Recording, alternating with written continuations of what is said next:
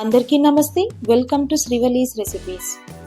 Summer వచ్చిందంటేనే మనకి ముందుగా గుర్తొచ్చేవి మామిడికాయలు, వాటితో చేసే పచ్చళ్ళు.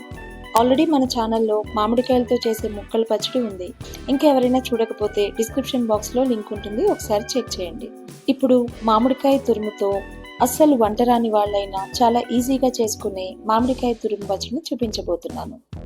ఇది అన్నంలోకే కాకుండా ఇడ్లీ, దోశ లాంటి టిఫిన్స్లో కూడా చాలా బాగుంటుంది. ముందుగా ఈ పచ్చడి కోసం మామిడికాయలకి తొక్క తీసి ఇలా తురుము చేసి పెట్టుకోవాలి.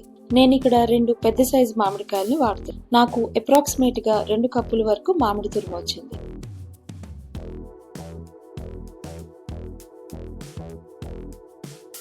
ఇప్పుడు ఈ క్వాంటిటీకి సరిపడేలా 1/4 కప్పు ఆవాలు, 1 టేబుల్ స్పూన్ మెంతులు, 1/2 టీ స్పూన్ జీలకర్ర, 1 పెద్ద సైజు వెల్లుల్లిని తీసుకోవాలి.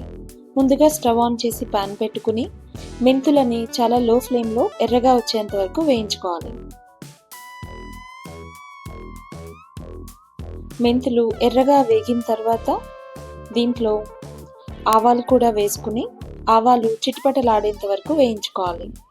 ఈ రెండింటిని కేవలం లో ఫ్లేమ్లో మాత్రమే వేయించుకోవాలి, లేదంటే మెంతులు, ఆవాలు మాడి పచ్చడి రుచి పాడవుతుంది. ఇవి బాగా వేగిన తర్వాత జీలకర్ర కూడా వేసి స్టవ్ ఆఫ్ చేసుకోవాలి. ఇప్పుడు వీటిని బాగా చల్లారి పెట్టుకుని పొడి చేసి పక్కన పెట్టుకోవాలి.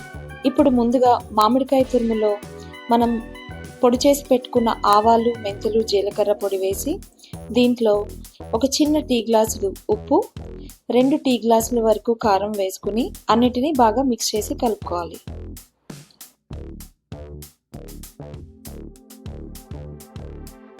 వీటన్నిటిని బాగా కలిసేలా కలుపుకోవాలి.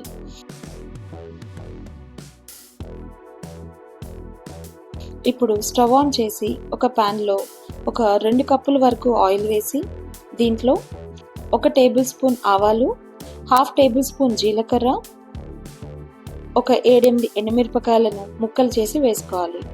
ఇవి కొంచెం వేగిన తర్వాత మనం దంచి పెట్టుకున్న వెల్లుల్లిని కూడా వేసి బాగా వేయించుకోవాలి.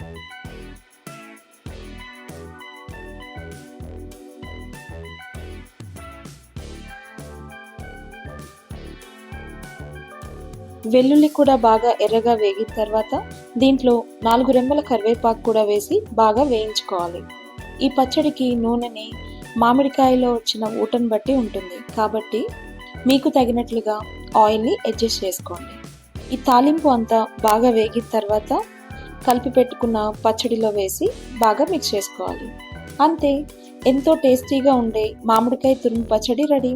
ఇది టిఫిన్స్లోకైనా, రైస్లోకైనా, దేంట్లోకైనా చాలా టేస్టీగా ఉంటుంది.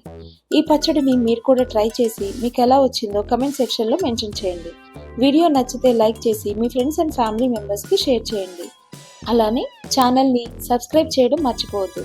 మరొక మంచి రెసిపీతో మీ ముందుకు వస్తాను. అంతవరకు థ్యాంక్ యూ.